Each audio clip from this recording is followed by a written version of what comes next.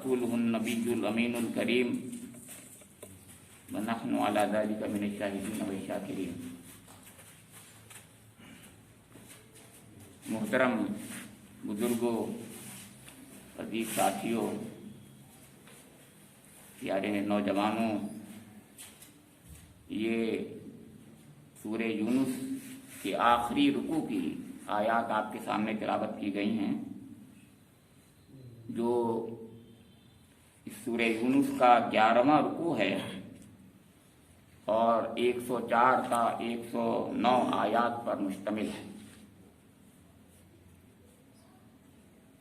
اللہ رب کریم نے ان آیات کریمہ میں یہ ارشاد فرمایا ہے، اس کا ترجمہ میں کر رہا ہوں، میں نہیں بلکہ مولانا مودودی علیہ الرحمہ کا ترجمہ ہے یہ۔ اے نبی صلی اللہ تعالی علیہ وآلہ وسلم، کہہ دو کہ لوگوں، اگر تم ابھی تک میرے دین کے متعلق کسی شک میں ہو تو سن لو کہ تم اللہ کے سوا جن کی بندگی کرتے ہو میں ان کی بندگی نہیں کرتا، بلکہ صرف اسی خدا کی بندگی کرتا ہوں جس کے قبضے میں تمہاری موت ہے۔ مجھے حکم دیا گیا ہے کہ میں ایمان لانے والوں میں سے ہوں، اور مجھ سے فرمایا گیا ہے کہ یکسو ہو کر اپنے آپ کو ٹھیک ٹھیک اس دین پر قائم کر دے اور ہرگز مشرکوں میں سے نہ ہو، اور اللہ کو چھوڑ کر کسی ایسی ہستی کو نہ پکار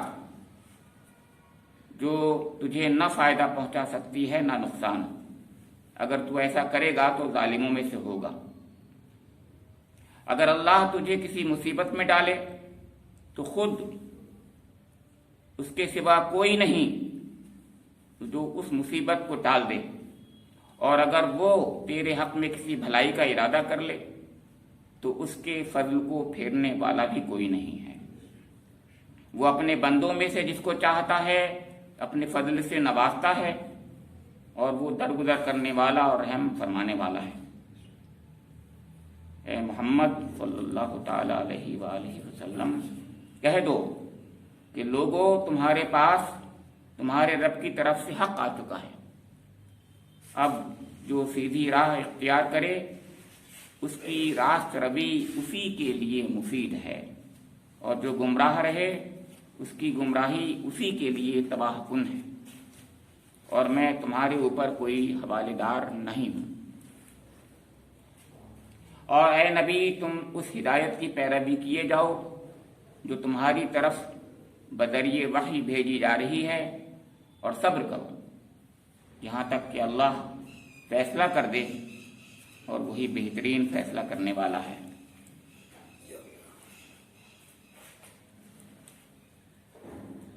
جیسا کہ